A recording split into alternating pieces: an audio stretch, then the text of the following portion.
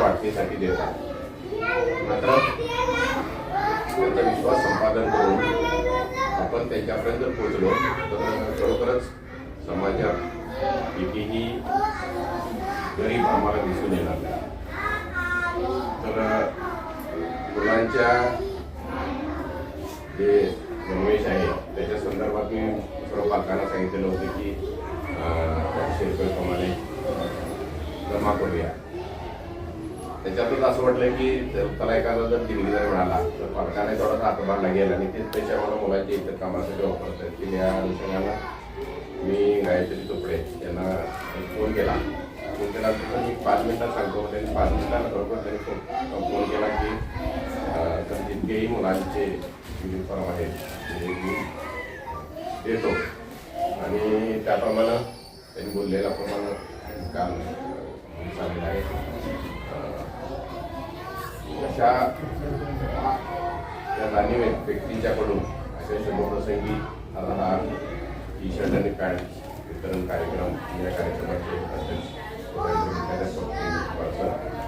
त्याच्या ठेकेदार सभापती गायत्री गंगाबा चोपडे, फेसबुकचे अध्यक्ष योगेश पाटील, सभापती योगेश पाटील, त्याचबरोबर दोन ग्रामपंचायतीच्या माजी उपाध्यक्षा रेखा महादेव यांचं मी सर्वप्रथम या वितरणाच्या सोहळ्यामध्ये सहर्ष स्वागत करतो. त्याचप्रमाणे आपण पालक विद्यार्थी पुस्तिका तुमचं या ठिकाणी स्वागत करतो.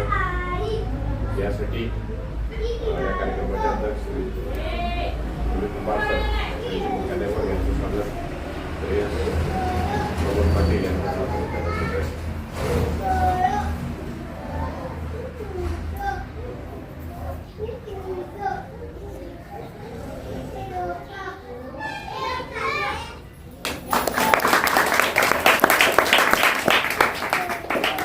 त्यानंतर आजच्या दिल्लीला सभापती गायत्री गंगाबा चोपडे यांचं स्वागत कनिष्का योगेश पाटील यांचा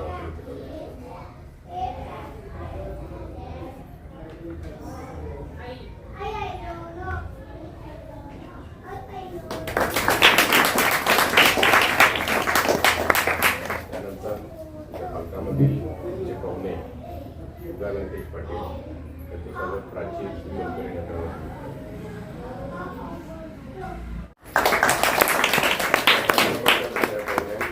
रेखा महादेवराव स्वागत मी गंगाबा चोपडे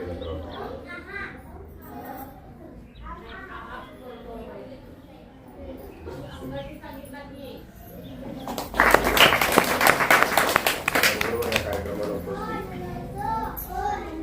सुमन चोपडे यांचं स्वागत हवेश सुपेला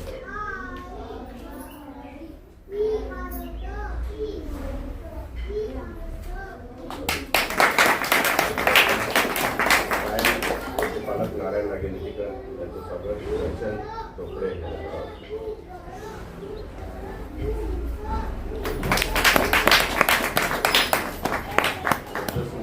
विद्यार्थी इतर पालकांचं या ठिकाणी स्वागत करतो.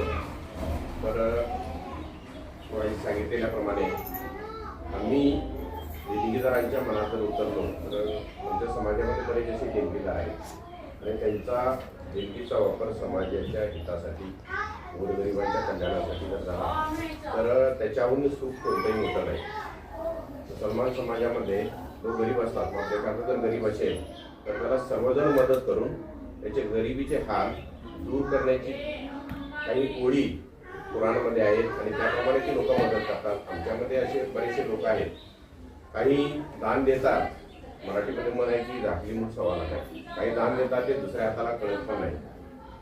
काही जण दान देतात ज्याच्यामुळे स्वतःला समाधान वाटलं पाहिजे. अशा बऱ्याचशा गोष्टी दान स्वरूपात दिल्या जातात. त्यासाठी मी पुन्हा एकदा माझे सर्व कोणे देणगीदार यांचं धन्यवाद करतो. यासाठी सरांनी दोन गोष्टी बोलाव्याचं मी सरांना विनंती.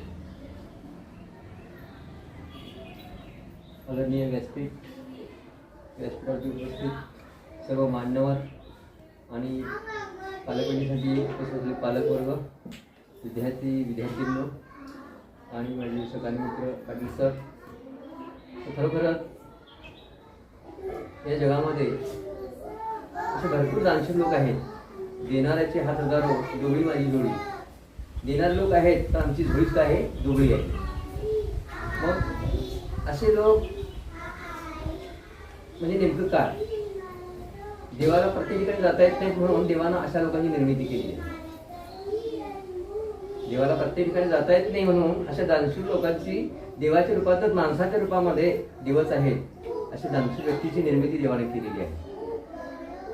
आम्ही जे काही कमवतो, समजा आज मी 100 रुपये कमवले, 100 रुपये कमवले त्यातले 10 रुपये 10% आपण काय केलं पाहिजे, डोळ्या पांगड्यामध्ये जे बघायचं आहे.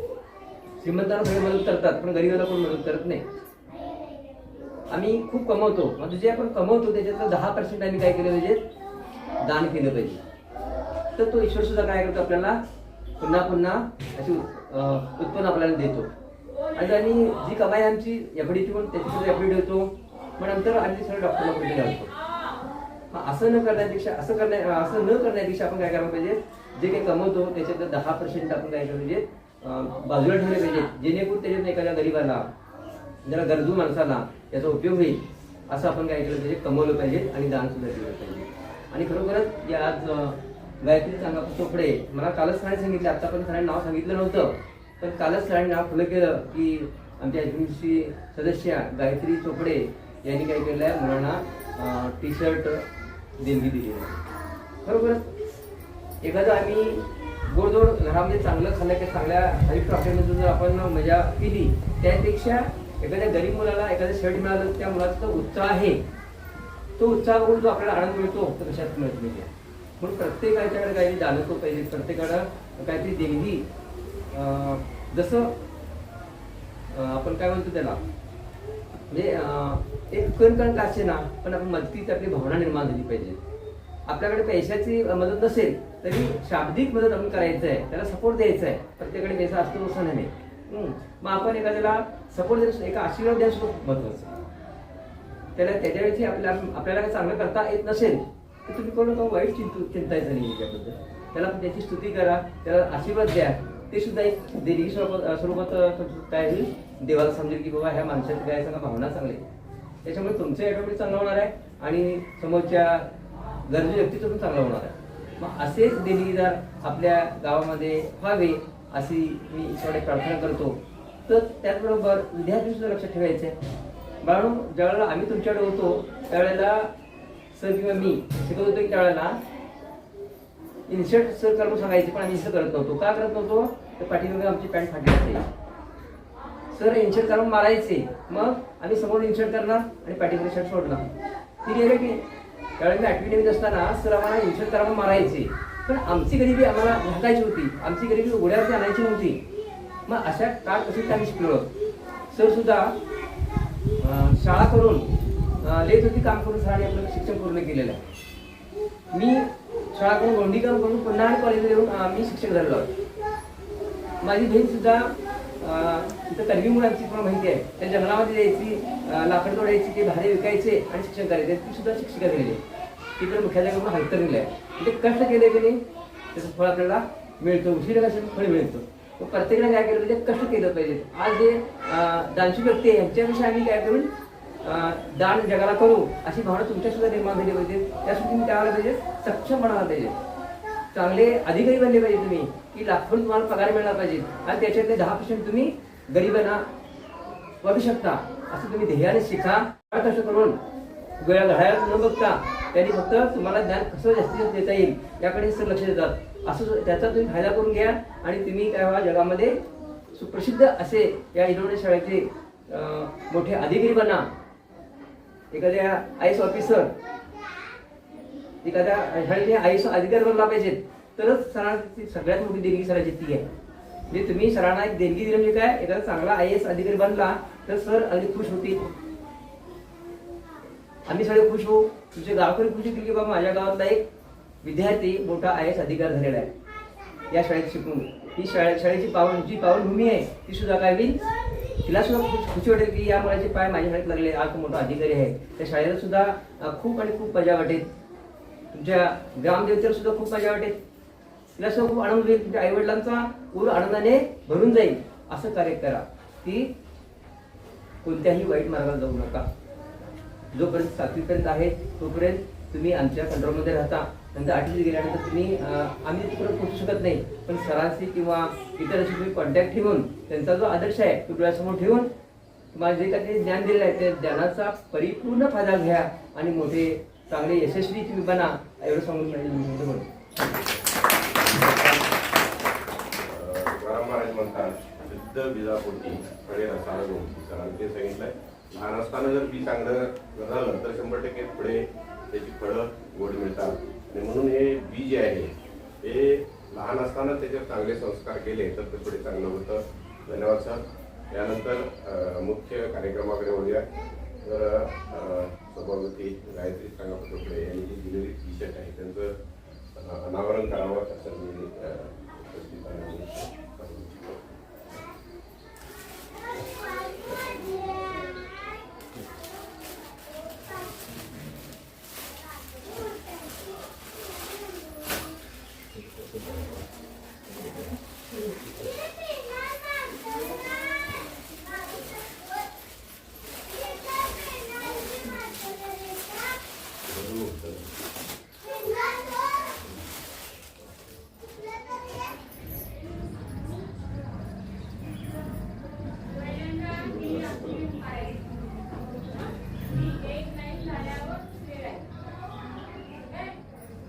या प्रकारे शाळेचं नाव आणि देणगीदार त्यांचंही नाव असलेले टी-शर्ट आणि पॅन्ट तुम्ही ही या देणगीदाराने दिलेले आहे. धन्यवाद.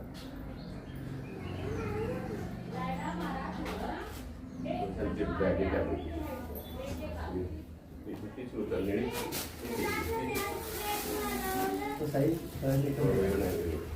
मोठे थोडे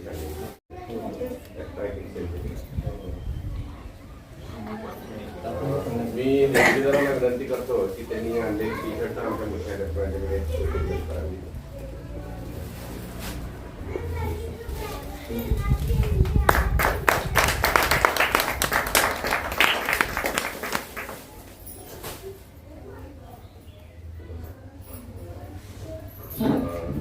आजचे देणगीदार सभापती गायत्री सांगापटोकडे त्याने 2 शब्द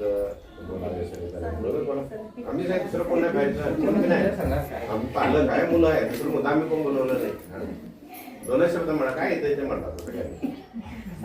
एवढं चांगलं काम केलेलं आहे, 2 शब्द बोला तसं काय मॅडम तुम्ही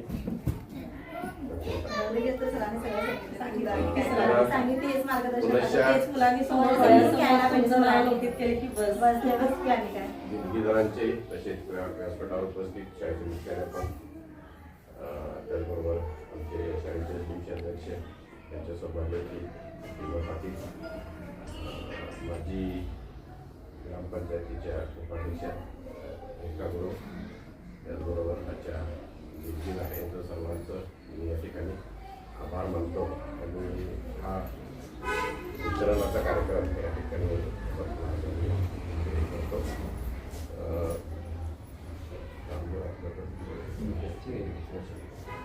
बंद करतो.